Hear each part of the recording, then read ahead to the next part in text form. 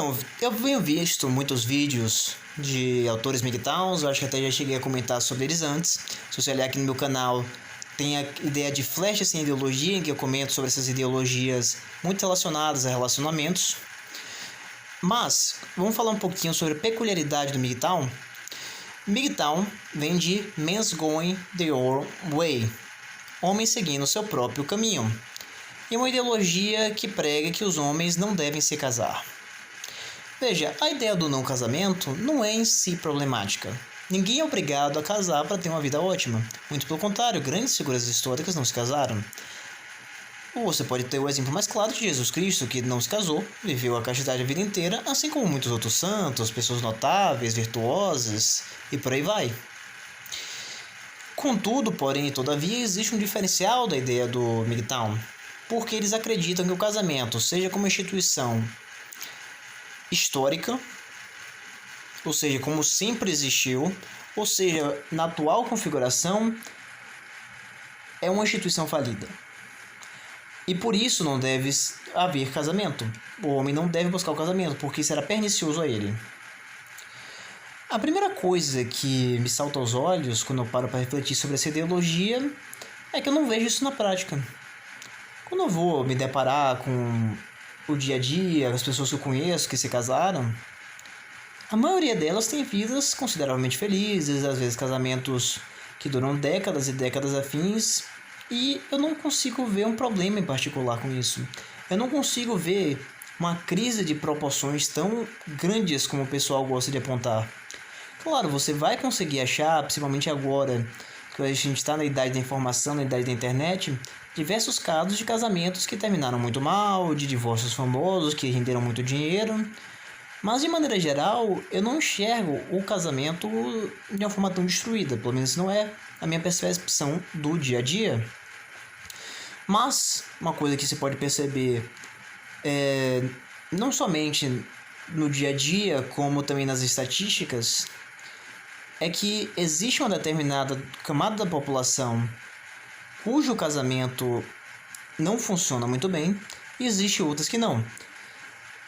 Na verdade, isso pode ser taxado, pelo menos ali, para um livro que eu acho muito interessante, que é Montanha dos Sete Patamares, escrito pelo monge Thomas Merton, em que ele comenta sobre a situação das famílias dentro do Harlem, que era um bairro bastante perigoso lá dos Estados Unidos, conhecidamente de maioria negra, e ele tenta fazer um paralelo entre os maus costumes das elites que se refletem nas camadas mais pobres.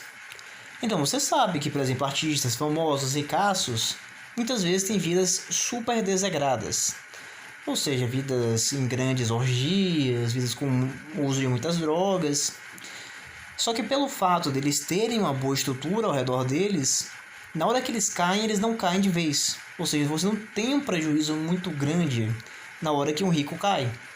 Mas na hora que o pobre segue essa mesma conduta, vê o rico e eu quero seguir uma vida igual, engaja nesses comportamentos, você começa a ter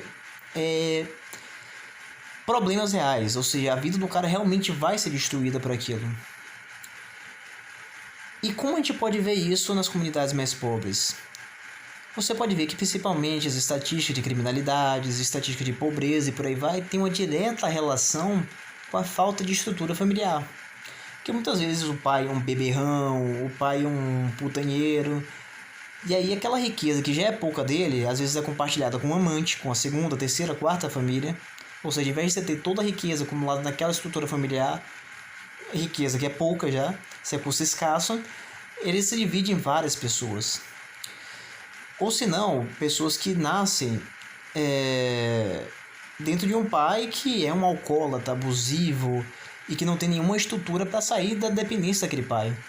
Então, uma coisa interessante, acho que uma professora minha, que ela estudava a questão do Bolsa Família aqui no Nordeste, com as mulheres do interior, e ela me narrou um negócio bem interessante, que muitas vezes o Bolsa Família chegava nessas comunidades do interior e muitas mulheres às vezes saíam da casa do marido. Por quê? Porque muitas vezes o marido espancava e violentava ela, mas ela era dependente econômica do marido, então ela não conseguia se separar. Então você vê que essa pobreza, munida com certos maus hábitos, realmente cria casamentos e famílias destrutivas. E se eu pudesse dar uma complementada disso, eu poderia também apontar o caso contrário. Eu percebo que famílias pobres bem estruturadas, elas têm uma tendência a ascender socialmente, mesmo que mais difícil. Eu vou tentar aqui não afunilar para o caso concreto, até para não revelar as pessoas.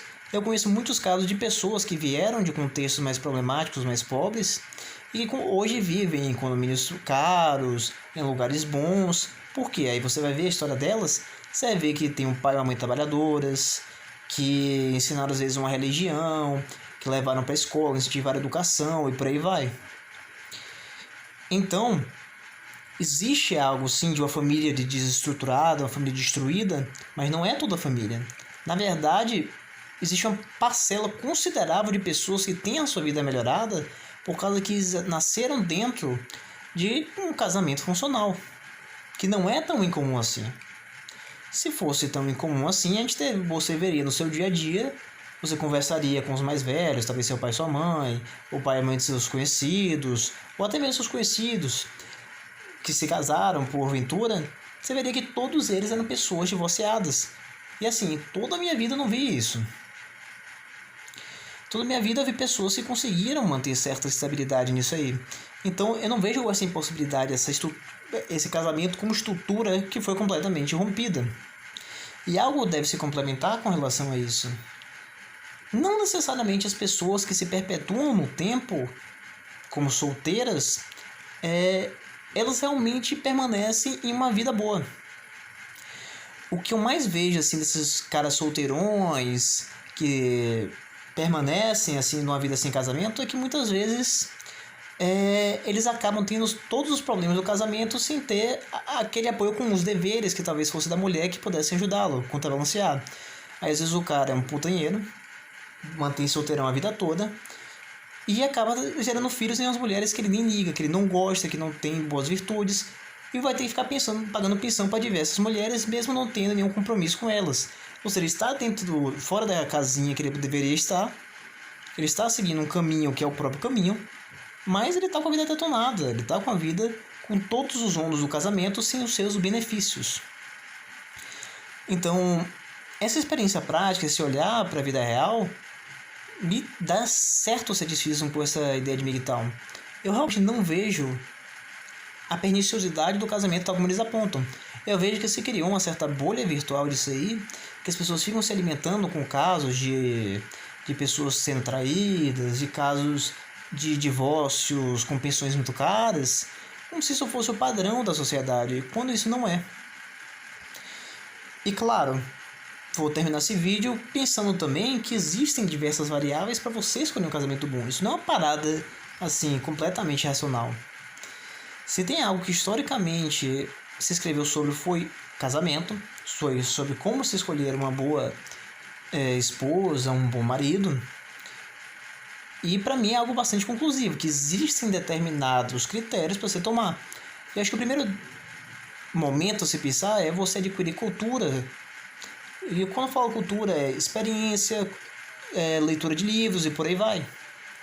Para você perceber que determinados comportamentos sociais, como determinadas mulheres se comportam, qual é o determinado tipo de mulher que você está escolhendo, você vai ver que existem padrões. Se tem uma coisa que eu acho interessante, aquelas estatísticas que se fazem muito nos Estados Unidos sobre famílias que rezam regularmente dentro de casa. Você vê que famílias que rezam regularmente dentro de casa, que frequentam a igreja com regularidade, são famílias mais sólidas, porque isso diz muito não somente da proteção e a graça de Deus que ele dá ali no meio e fortalece a família, como também do tipo de escolha de marido e mulher que se teve, que ajuda a perpetuação daquela estrutura por maior tempo. Então, claro, quando você vai pensar em uma boa mulher, você vai pensar em todas as suas qualidades, você vai pensar também nos defeitos que você tem que esperar. E você vai ponderar essas qualidades e defeitos e escolher, porque todo mundo tem qualidades e defeitos. Então você vai saber diferenciar, como o senso comum ajuda você a diferenciar o que é a mulher mais soltinha do que a mulher mais recatada, que tem mais essa intenção.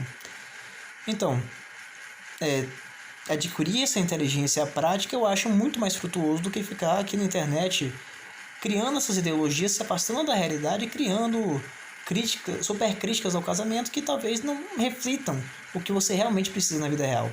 Por isso que eu queria dizer, muito obrigado pela atenção. Se você gostou, curta, comente, compartilhe, por aí vai. Se você não gostou, também deixe sua crítica aí e talvez eu responda, né? Muito obrigado e até a próxima.